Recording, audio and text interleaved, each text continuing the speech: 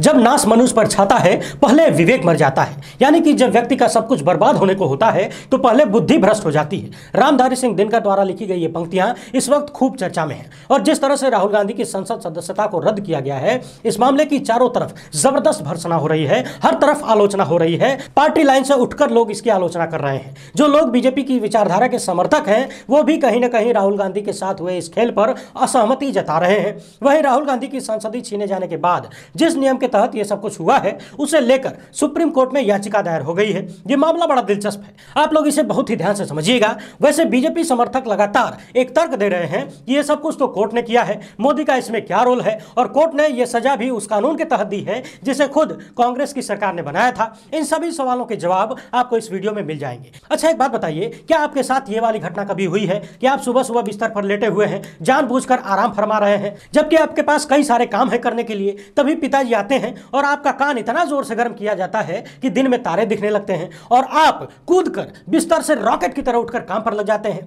ठीक वैसा ही काम केंद्र सरकार के साथ हुआ है। सुप्रीम कोर्ट के चीफ जस्टिस ने जैसे ही कान गर्म किया, मोदी सरकार सनसना के काम पर लग गई है। क्या है पूरा मामला, विस्तार से बताएंगे। अच्छा, एक बात बताइए, क्या आप SC ST OBC वर्ग से आते हैं? खासकर यदि आप SC ST वर्ग से आते हैं तो इस वीडियो को अंत तक जरूर देखिएगा और आंख में कड़वा तेल डालकर देखिए और समझने का प्रयास करिए कि किस तरह से केंद्र की मोदी सरकार आपके बच्चों के साथ धोखा कर रही है, आपके बच्चों के भविष्य के साथ धोखा कर रही है। यह धोखा उसी तरह का है जैसे आप किसी को 56 भोग दिखाकर नून रोटी पकड़ा दें। तो SC ST OBC वर्ग के लोग इस खबर को बहुत ही ध्यान से देखें। इन सभी मुद्दों पर विस्तार से बातचीत करेंगे, मगर उससे पहले आप सभी से अनुरोध है कि यदि आप हमें पहली बार देख रहे हैं तो फेसबुक पर हमारे पेज को फॉलो और लाइक कर लीजिए, यूट्यूब पर सब्सक्राइब करके घंटा जरूर दबाइएगा। देश में गोदी मीडिया के जहरीले प्रकोप को कम करने और आम आदमी के मुद्दों पर आवाज उठाने के लिए यदि आप हमारा सहयोग करना चाहते हैं तो इस QR कोड या फिर इस मोबाइल नंबर का प्रयोग करके हमारी आर्थिक सहायता करने का प्रयास करें। हम किसी राजनीतिक दल या धन्ना सेठ के इशारे पर काम नहीं करते, इसलिए हमारा उनसे कोई लेना देना भी नहीं है। हम आपके सहारे चलते हैं। बहुत बहुत धन्यवाद। सबसे पहले बात कर लेते हैं राहुल गांधी के मामले की। राहुल गांधी की संसद सदस्यता एक ऐसे राजनीतिक बयान को लेकर रद्द कर दी गई जिसको सुनने के बाद कोई भी व्यक्ति यह नहीं कह सकता कि उन्होंने किसी भी तरीके का कोई अपमानजनक बात कही है। राहुल गांधी के साथ जो कुछ हुआ है उसे लेकर न सिर्फ भारत में बल्कि पूरी दुनिया में गंभीर रूप से चर्चा हो रही है और सवाल उठ रहे हैं कि मोदी सरकार भारत के लोकतंत्र के साथ किस तरह से खिलवाड़ कर रही है। गुजरात की न्याय व्यवस्था पर तो गंभीर सवाल उठ ही रहे हैं कि कैसे इतने हल्के मामले में एक मजिस्ट्रेट ने सबसे कठोर सजा दे दी, अधिकतम सजा जो दी जा सकती थी वो दे दी गई। और इतना ही नहीं, एक मामला और संज्ञान में आ रहा है कि राहुल के 4 साल पुराने इस बयान को लेकर बहुत पहले ही गुजरात के भाजपा विधायक ने मुकदमा दर्ज कराया था, लेकिन बाद में उसी ने खुद हाईकोर्ट जाकर इस मामले पर स्टे वगैरह की बात कही थी। और बाद में जैसे ही जिले में अधिकारी बदले, या फिर यूं कह लीजिए कि जैसे ही अपने पसंद का अधिकारी आया, विधायक ने हाईकोर्ट से खुद ही मामला वापस लाकर फिर से जिले में मजिस्ट्रेट के यहां सुनवाई कराई और मजिस्ट्रेट साहब ने तो इतिहास रच दिया। वहीं अब सवाल यह भी उठ रहे हैं कि यदि राहुल गांधी को इतने हल्की बात के लिए 2 साल की सजा दी जा सकती है कि नीरव मोदी, ललित मोदी और नरेंद्र मोदी चोरों का ग्रुप है, इन सारे चोरों का नाम मोदी क्यों है? यदि ऐसा कहना इतना बड़ा अपराध है कि 2 साल की जेल और जुर्माना दोनों हो जाए, सांसदी चली जाए, तो फिर प्रधानमंत्री मोदी के उन बयानों पर क्या होना चाहिए जिसमें उन्होंने सोनिया गांधी को जर्सी गाय बुलाया था और राहुल गांधी को हाइब्रिड सांड यानी बछड़ा बुलाया था। यानी कि सोनिया गांधी के विदेशी होने पर और राहुल गांधी के सोनिया और राजीव की शादी से पैदा होने पर गंभीर अपमानजनक टिप्पणी की थी। सोचकर देखिए, कोई आपकी पत्नी या फिर आपकी मां को जर्सी गाय बुला दे तो आप कैसा महसूस करेंगे? कोई आपके बच्चे को हाइब्रिड कहकर बुलाए तो आप कैसा महसूस करेंगे? इतना ही नहीं, नरेंद्र मोदी ने सोनिया गांधी को कांग्रेस की विधवा कहकर भी बुलाया था। 50 करोड़ की गर्लफ्रेंड का बयान तो आपको याद ही होगा।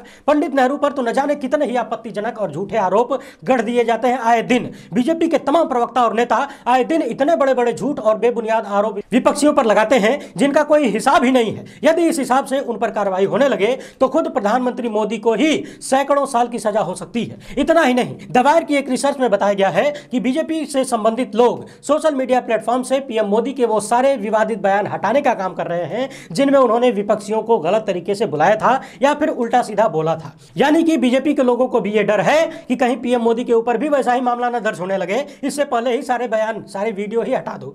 अब बात करते हैं कि सुप्रीम कोर्ट में कौन सा मामला पहुंचा है। दरअसल जनप्रतिनिधि अधिनियम 1951 की धारा 8(3) के अनुसार जैसे ही किसी जनप्रतिनिधि को किसी भी अपराध के लिए दोषी ठहराया जाता है और कम से कम 2 साल की सजा हो जाती है तो उसकी सदस्यता स्वतः समाप्त हो जाती है। तो सुप्रीम कोर्ट में जो याचिका दायर हुई है उसका आधार यह है कि यह जो स्वतः सदस्यता समाप्त होने का मामला है, यह कहीं ना कहीं संविधान के मूल भावनाओं के विपरीत है, प्राकृतिक न्याय के सिद्धांतों के खिलाफ है। क्या तर्क दिया गया है, ध्यान से समझिएगा।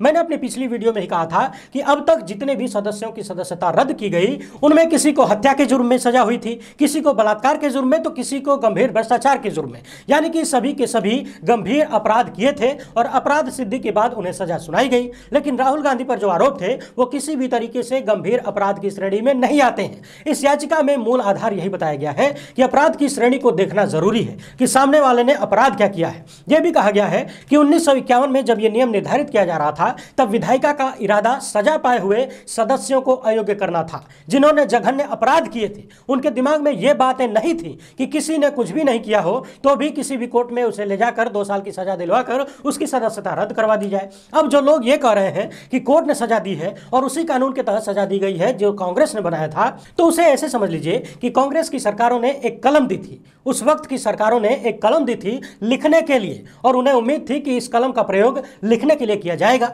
लेकिन वो नहीं समझ पाए थे कि आने वाले वक्त में कुछ लोग ऐसे भी आएंगे जो इसी कलम से लोगों की आंखें भी फोड़ना शुरू कर देंगे। विपक्षी दलों को दबाने के लिए, उन्हें डराने के लिए, लोकतंत्र की आवाज को रोकने के लिए कलम का दुरुपयोग किया जाएगा। जिस देश में सुप्रीम कोर्ट के चीफ जस्टिस रंजन गोगोई जैसे बड़े बड़े लोगों पर गंभीर आरोप लग सकते हैं कि उन्होंने सत्ता के दबाव में आकर कई सारे फैसले दिए और रिटायर होने के तुरंत बाद भारतीय जनता पार्टी ने उन्हें राज्यसभा भेज दिया, उन्हें सांसद बना दिया, तो फिर ऐसे में क्या एक डिस्ट्रिक्ट कोर्ट के मजिस्ट्रेट को सेट करना बहुत बड़ा काम है? क्या गुजरात की और केंद्र की भाजपा सरकार मिलकर वो काम नहीं करवा सकते? गुजरात की न्याय प्रणाली पर गंभीर सवाल तो उठ ही रहे हैं। उससे भी बड़ा सवाल यह है कि क्या प्रधानमंत्री मोदी राहुल गांधी से इस कदर भयभीत हो चुके हैं, उनके सवालों से इतना डर लग रहा है कि उन्हें सदन से बाहर ही करवा दिया गया है, वो भी इस तरीके से। अब सबकी नजर सुप्रीम कोर्ट पर टिकी हुई है। जैसा कि कोर्ट में जो मामला गया है उसमें कहा गया है कि स्वतः सदस्यता समाप्त होने की जो बात है उस पर गौर किया जाना चाहिए, यानी कि जब तक उच्च न्यायालय या फिर सुप्रीम कोर्ट में इस तरह के मामले न सुन लिए जाएं,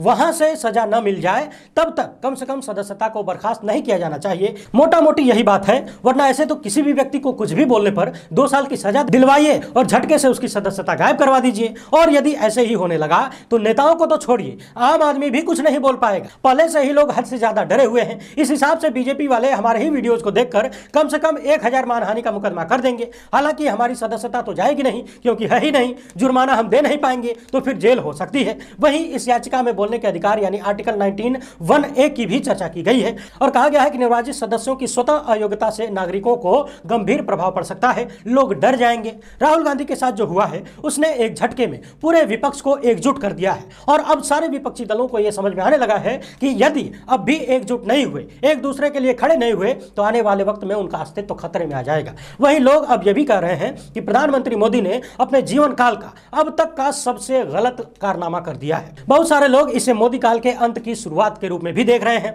लोगों का कहना है कि जिस तरह से 2014 का साल पीएम मोदी के लिए टर्निंग पॉइंट था, उसी तरह से राहुल गांधी के साथ जो किया गया है वो भी पीएम मोदी के लिए टर्निंग पॉइंट होगा और आने वाला 2024 का लोकसभा चुनाव इस घटना से बुरी तरह से प्रभावित होगा, बीजेपी को लंबा चौड़ा और भयंकर नुकसान देकर जाएगा।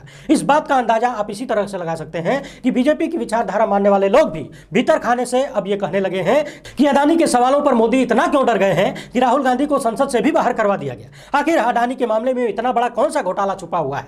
एक बात और समझने वाली है, कोई कुछ भी कहे, भले ही कहा जाए कि कोर्ट ने सजा दी है, लेकिन लोग कोर्ट का जिक्र ही नहीं कर रहे हैं, चाहे वो बीजेपी की विचारधारा के लोग हों या फिर विरोधी लोग हों। सबके सब सीधे प्रधानमंत्री मोदी को इन सब के लिए जिम्मेदार मानते हैं।